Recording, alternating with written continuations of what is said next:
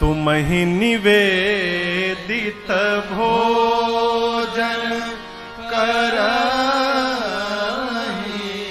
और याद रखिएगा, भगवान सामान नहीं खाते, भगवान हमारा भाव पाते। हम किस भाव से रख रहे हैं।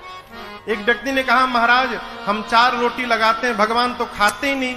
2 घंटा थाली रखो तो 4 ही रोटी रहती है, तो लगाने का क्या मतलब। आपके भी मन में प्रश्न आता होगा। किसी महापुरुष ने इसका उत्तर दिया, कहा देखो ये क्या है, कहिए। कौन फूल? गुलाब के फूल असली है, खुशबू भी है। आप इस फूल का वजन निकाल लीजिए, सोनार के तराजू पर एग्जैक्ट निकलेगा, ठीक ना।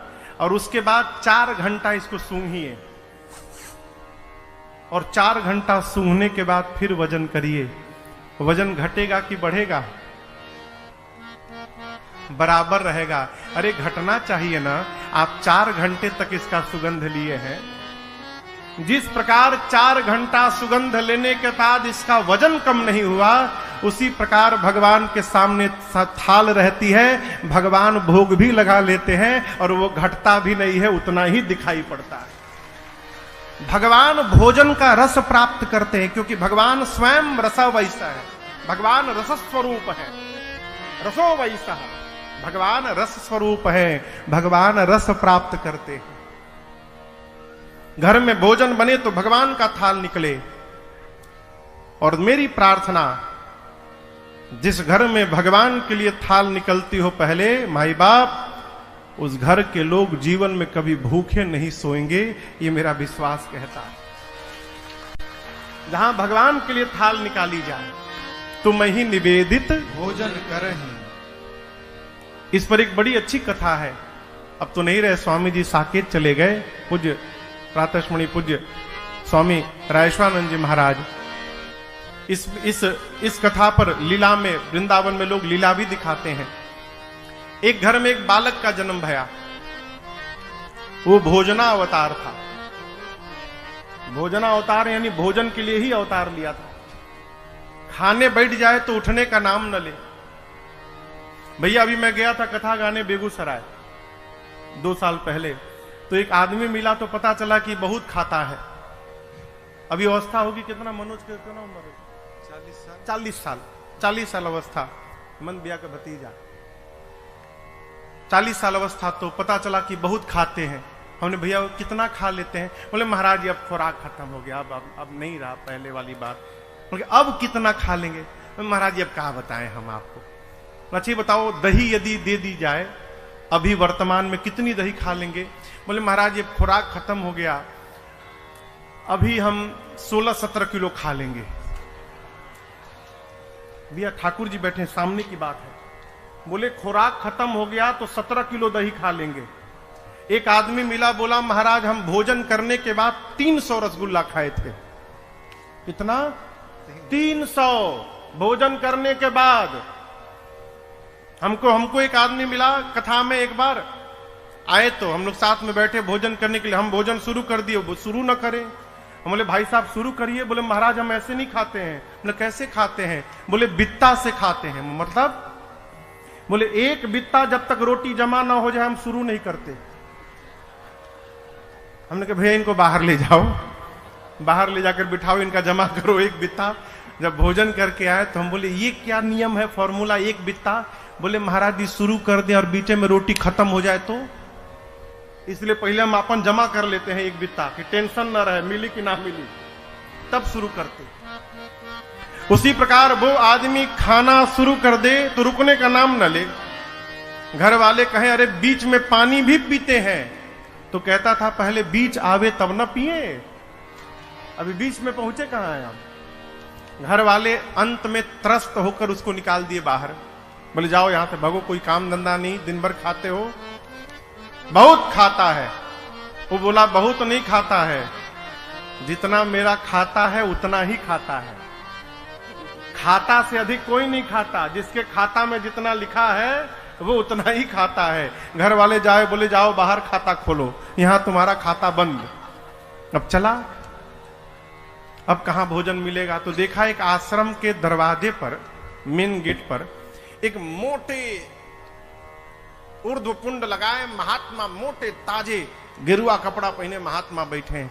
तो ये महात्मा नहीं दिखाई पड़ा, इसको शरीर दिखाई पड़ा। बोला इतने मोटे यानी बहुत खाते होंगे। तो गया प्रणाम करके बोला सरकार आपके इस तंदुरुस्ती का राज क्या है? तो बोले भीतर अनलिमिटेड है, कोई गिनने वाला नहीं है, जब तक मन करे तब तक खाओ। पूछा काम क्या करना पड़ेगा?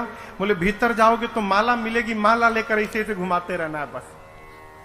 तो बोला कि एंट्री कैसे मिलेगी इसमें? तो बोले गुरुजी से दीक्षा लेनी पड़ेगी। बोला बस बस हम यही का पता ढूंढ रहे थे, हमको भीतर एंट्री कराइए बस। गया गुरुजी से दीक्षा मिली, वो भी चोला बदला, माला लिया। अब बोला ऐसा जगह तो धरती पर कहीं होगा, भर पेट खाओ, चकाचक माला लो, सो खाओ, कोई देखने वाला नहीं, खूब आनंद पूर्वक रहने लगा हो। लेकिन ये आनंद बहुत दिन नहीं रहा। एक दिन सुबह सुबह संध्या उपासना करके दौड़ा भोजनालय में, तो देखा ठन ठन गोपाल आज कुछ बना ही नहीं।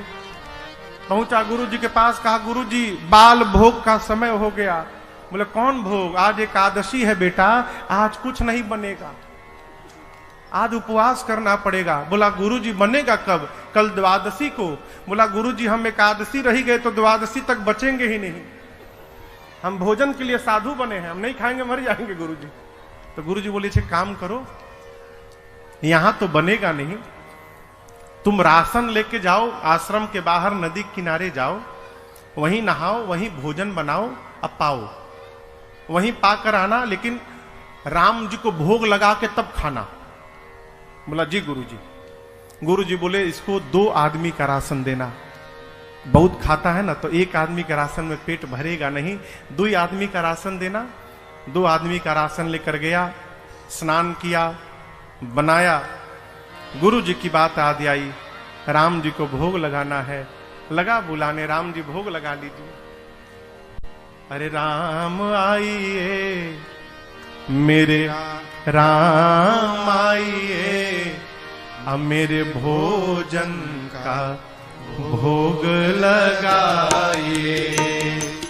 मेरे राम आइए, प्रभु राम आइए, मेरे भोजन का भोग लगाइए। हाँ मेरे भोजन का भोग लगाइए, मेरे भोजन का भोग लगाइए। आधी घंटा कहता रहा राम जी आइए भोग लगाइए, राम जी आइए भोग लगाइए, कोई आया ही नहीं। आवेश में आ गया, कहा आपको लग रहा हो कि आश्रम में मिलेगा, तो वहां ठन ठन गोपाल है, वहां के मारे मैं यहां आके बैठा हूं। भोग लगाना है तो आके भोग लगाइए, नहीं तो मैं शुरू हो जाऊंगा, मैं लगाने लगूंगा, दोबारा नहीं बुलाऊंगा। जैसे इस भाषा में बोला, उसके सामने भगवान प्रकट हो गए। लेकिन अकेले राम जी प्रकट नहीं भये, सीता राम जी दोनों लोग प्रकट हो गए। अब कहां उसको भगवान को देखकर नाचना चाहिए, उदास हो गया। क्यों उदास हो गया? 2 लोग का राशन लाया हूं, बुलाया था राम जी को, राम जी सीता जी को लेकर चले आए, यही 2 लोग भोजन कर लेंगे तो हमको क्या मिलेगा आज? कहा भोग लगाइए, हम तो आप ही को बुलाए थे केवल। भगवान बोले हम इनके बिना जाते कहां हैं, हम दोनों लोग साथ में ही आते हैं। भोग लगाए प्रभु और मैया, थोड़ा सा बचा, बेचारा खाया। कहा अगले एकादशी को भी आप दोनों लोग आएंगे ना? बोला हाँ हम ही दोनों आएंगे, और कौन आएगा? गया अगली एकादशी में, कहा गुरुजी राम जी अकेले नहीं आए थे, सीता जी भी आ गई थी, इसलिए 3 आदमी का राशन दीजिएगा कम से कम। गुरुजी सोचे लगता है भूखा रह गया होगा, इसीलिए बहाना बना रहा है, चलो 3 आदमी का राशन दो। गया बनाया, बनाकर बुलाने लगा, मेरे राम आइए, मैया साथ लाइए, मेरे भोजन का भोग लगाइए। मेरे राम आइए, मैया साथ लाइए, मेरे भोजन का भोग लगाइए। भोजन का भोग लगाइए। जैसे बुलाया सीता जी, राम जी, लक्ष्मण जी तीनों प्रकट हो गए। जब सीता राम लक्ष्मण जी आ गए तो बोला ये कौन है? राम जी बोले मेरे भाई है। पिछली बार तो नहीं आए थे। राम जी बोले छूट गए थे। बोला ये भी खाएंगे? राम जी बोले आए हैं किस लिए? बोला बताए तो नहीं थे आपकी ये भी आएंगे। अब भगवान बोले भूल गया था। लक्ष्मण जी सोचे भगवान कहां लेके चले आए, इतना दिव्य मेरा सत्कार हो रहा है यहां पर। बोला आए हैं तो पाए। अब सीताराम लक्ष्मण जी पाए, फिर उसको थोड़ा सा बचा, आधा पेट पाया, गया गुरु जी के पास। अगली एकादशी में कहा गुरु जी अब की बार 5 लोगों का राशन दीजिएगा। दिमाग लगा लिया, 2 का ले गया था, 3 आए, 3 का ले जाऊं, कहीं 4 आ गए तो 5 का ले चलो। अगर 1 बढ़ा के भी लाएंगे तो हमको तो कम से कम मिलेगा। बोला गुरु जी अब की बार लक्ष्मण जी भी आए थे, हो सकता है इस बार और बढ़ा के चले आए, तो आप 5 लोगों का राशन दीजिए। गुरु जी बोले इतना तो नहीं खाएगा, लगता है ये राशन लेकर उधर बेचने लगा है, इसको रंगे हाथ पकड़ना पड़ेगा। बोले इसको 5 लोगों का राशन दो। पीछे से गुरु जी भी उसके चल पड़े। गुरु जी जाकर एक वृक्ष के पीछे छिप गए। वो गया, स्नान किया। आज स्नान करके भोजन नहीं बनाया, सामग्री रखी है, अब भोजन बनाए बिना बुलाने लगा। मेरे राम आइए, सीताराम आइए, भैया साथ लाइए, मेरे भोजन का भोग लगाइए। मेरे राम आइए, सीता साथ लाइए, मैया साथ लाइए, मेरे भोजन का भोग लगाइए, मेरे भोजन का भोग लगाइए, मेरे भोजन का भोग लगाइए। जैसे बोला राम जी आइए, सीताराम जी आइए, भैया को लाइए, प्रकट हो गए। कौन? राम जी, सीता जी, लक्ष्मण जी, भरत जी, शत्रुघ्न जी, हनुमान जी, सब लोग प्रकट हो गए। अब वो देखा, बोले अरे अरे अरे बस करिए, आज त्वत कर दिया, अपने आए बानर को भी साथ में लेकर आए हैं। भगवान बोले कहां भोजन? बोला बनाया ही नहीं हूं, सोचा पहले बुला कर देख लूं कितने लोग आ रहे हैं। भगवान बोले कब बनाओगे? बोले क्यों बनाऊं, 5 लोगों का राशन लाया हूं, आप 5 लोग आ गए हैं, एक बानर भी आया है, न जाने ये कितना खाएगा। जब बनाने के बाद हमको मिलेगा ही नहीं तो मैं मेहनत क्यों करूं। ये रहा सामने राशन, अपने बनाओ, भोग लगाओ, पाओ जाओ। मैं नहीं बनाऊंगा, बैठ गया। अब बोला आप बनाओ, भोग लगाओ, खाओ। रोज तो मिल गया, आज मिलने वाला भी नहीं हमको, हम क्यों मेहनत करें। भगवान बोले ठीक है, हम लोग बना के भोग लगा लेंगे।